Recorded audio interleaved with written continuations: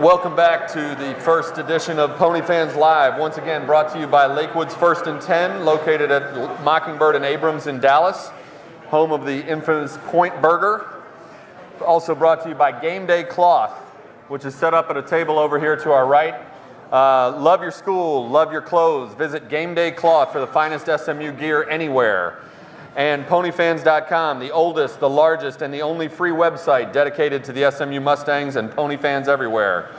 Once again, our guests are Brian McCann, now of the Dallas Cowboys, and Mitch Enright. And we're going to turn to Mitch a little bit. And virtually every player who's come through in the last 20 years will be part of that class that gets SMU back to a bowl game. Your class was the class that got them there. What was it that put you guys over the top and as everything came together and you ended your season in Hawaii? Well, I think everything had to come together at the right time. We had great senior leadership by all our seniors on the team. There weren't that many, but the seniors we had did a great job. And we had younger players that stepped up. We had younger guys on offense and defense that helped us to be successful. And of course, the coaching staff did a wonderful job of, getting us to the next level and finally reaching that bowl game. It seemed at times in years past like the team would get very close and then figure out a way to lose a close game here and there, or sometimes lose more than one close game here and there. Last year, you guys went 5-3 in games decided by a touchdown or less, which is the first time in 20 years you've had a winning record in games that close. Was that just a change in karma? Was that June Jones and his staff with their Hawaiian influence? What was it that helped you get over the hump in those close games? Oh, I definitely don't think it was a change in karma. I mean, Coach Jones's first year with us, we lost probably 7 or 8 games by that amount. A touchdown to where we could have won in the fourth quarter. And what he stresses is just the power of belief. Just, believing in yourself, believing in your teammates. And when you're in close games like that, which we were, practically every game last year was close, you have to believe to win, and that's what we finally did. We trusted in ourselves and our teammates and our coaches, and it paid off.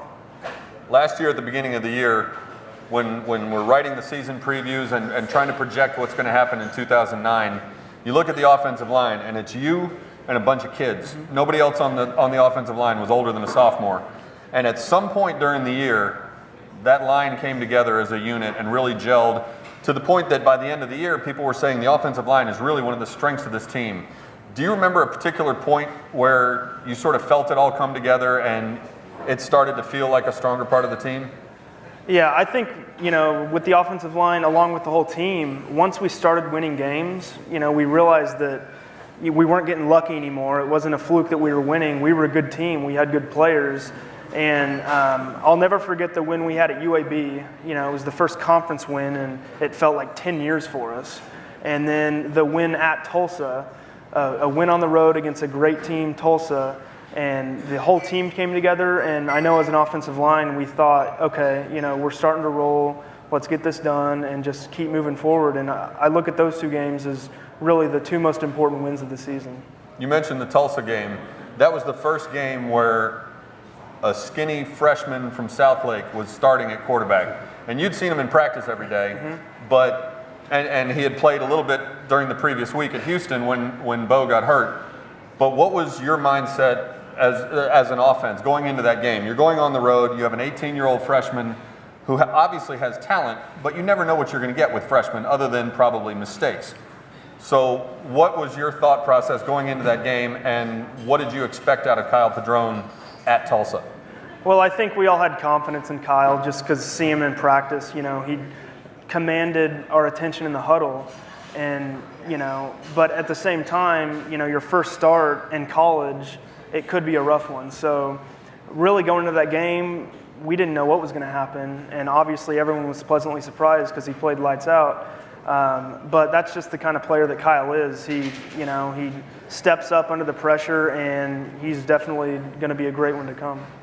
So this is 2 years in a row that you've gone into games with a true freshman standing right behind you at quarterback. What was it about him that all your teammates seemed to talk about his leadership ability. He walked in there sounding like a junior or a senior into the huddle right away. What is it about him that commands the respect of teammates, all of whom are older than he is? Yeah, just the way he presents himself on and off the field. He did the stuff off the field to get himself prepared for the game. I mean, anyone can come in the huddle and talk the talk and, demand your attention. But if you're not doing the stuff you need to do off the field, then, it's going to be hard for the older guys to really respect you and, play their hardest for you. But he did such a great job of watching film and getting in the weight room and studying the playbook that, we knew he was ready. So it was just a great experience playing for him. Now that he has 6 starts under his belt, and he is 5-1 as a starter, and of course set the school record with 460 passing yards to win the Hawaii Bowl, how much better can he get in his sophomore year? Now that he's had an extra summer behind him, he's put on, I think, 25 pounds since the start of last year. How much better can Kyle be this year? I think the sky's the limit for Kyle. Just, he's got the perfect size. He's got the perfect work ethic.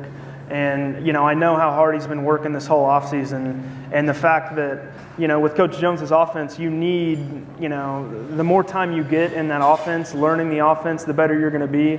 So now that he has, really another year under his belt learning the offense, that's going to pay off dividends for him. So, the sky's the limit for him and the whole team next year.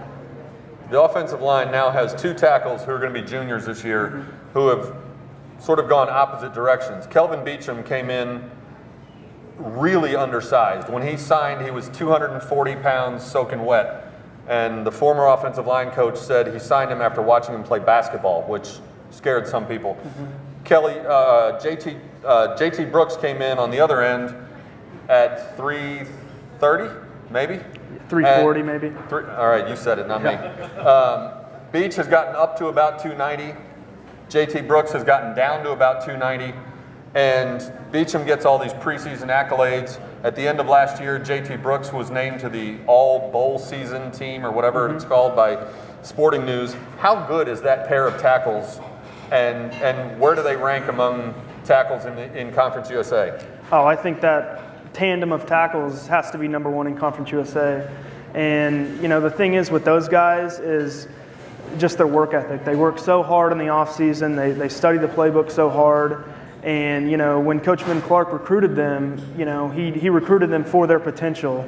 And he saw in them what other coaches couldn't see. And, they finally realized their potential. And, it was a pleasure playing with them because they're so good. And, they were so young, but they were still so good. So with 2 years left, the sky's the limit for those 2. And I expect them to play at the next level just, based on their work. Oh, definitely. Based on their work ethic and, how they refuse to be denied. So I think that's in both of their futures. Okay, so when they walked on campus a few years ago, Kelvin Beachum, skinny basketball player, JT, let's say not skinny. Did you have any idea, looking at those 2 guys in their first year of practice when they're on the scout team, did you have any idea that those 2 guys could become the kind of players they are now? No. I mean, you never really know because their first year was my first year starting. So during 2 days when they come in, I'm so concerned with myself and learning the playbook. Everything's going, 100 miles an hour. You don't have time to really look at the freshmen and think what they could be in the long term, especially when, both of those guys were on the scout team and they weren't going to play that freshman year. So you never really know because you don't have time to look at it. But once we got into the offseason and saw how they did in the drills and how athletic they were, then, yeah, you know that they can be great players. Offensive line coach Adrian Clem talks about his mantra for the offensive line is impose your will. Are those 2 guys the key to this line imposing its will on a defense? Oh, I think all 5 starters have to impose their will on the defense. I mean, if 2 offensive linemen on the offensive line are doing great and the other 3 aren't doing good, then you're in for a long game and a long season. So, Coach Clem always talks about, every single offensive lineman on the field has to do their job. And, it's so true because if you have one offensive lineman not doing his job, then the whole play is messed up. So, every single lineman that starts next year or plays, at all has to do their job. And I know Coach Clem is going to demand that of everyone because that's what he did last year, and that's why we were successful as a line. We're going to take another break. This is PonyFans Live at Lakewood's 1st and 10. Be right back.